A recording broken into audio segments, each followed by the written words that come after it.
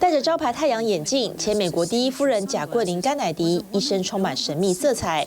美国名人传记作家塔拉·伯雷利今年7月出版新书，揭露更多贾桂琳不为人知的秘密。 The title is pretty striking. What do you imply there with all of those things? In 1989, she had a conversation with John Warnicki, who was the architect who designed JFK's gravesite. And Jackie and John had a 3-year affair.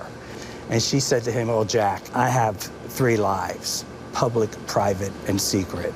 And the secret life was the life that only very few people understood and knew of. ABC 新闻记者和传记作家相约在纽约中央车站的地标生蚝酒吧。 The only press conference Jackie ever gave in the 1970s was right here in the Oyster Bar, and it was about the preservation of Grand Central Station. I think if we don't care about our past, we can't have very much hope for our future. Few people have studied Jackie Kennedy as much as you have. What surprised you in this book? When I met Jackie Onassis, what really struck me about her was how accessible she was and how easy she was to talk to.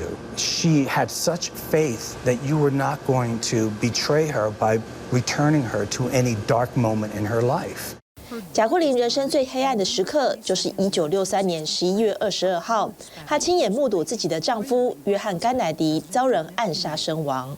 President Kennedy has been assassinated. I think that the trauma of PTSD colored everything in her life. She felt like the least she could do was mourn him forever. There were a lot of revelations, including one about how Jackie's future husband, Aristotle Onassis, actually showed up uninvited to JFK's funeral. He came in town to pay his respects, and she said, "Well, look, that hotel you're staying at is awful. You know, come to the White House." She stuck him in a sitting room, and it was just a couch and a small black and white television. So here you had the richest man in the world, Aristotle Onassis, sort of relegated to the servants' quarters. 后来，贾桂琳在1968年与希腊船王欧纳西斯结婚，婚事消息引起全球哗然，甚至有小报讽刺她嫁给一本空白支票簿。 Believe it or not, she lived a great lifestyle, but she didn't have any money. Jackie married Onassis not because she was crazy in love, but because she needed a lifestyle that she had become accustomed to.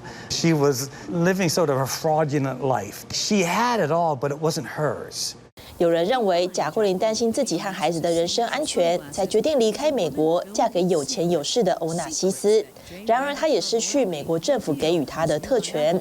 直到欧纳西斯1975年去世后，贾桂琳才搬回纽约，在1994年辞世。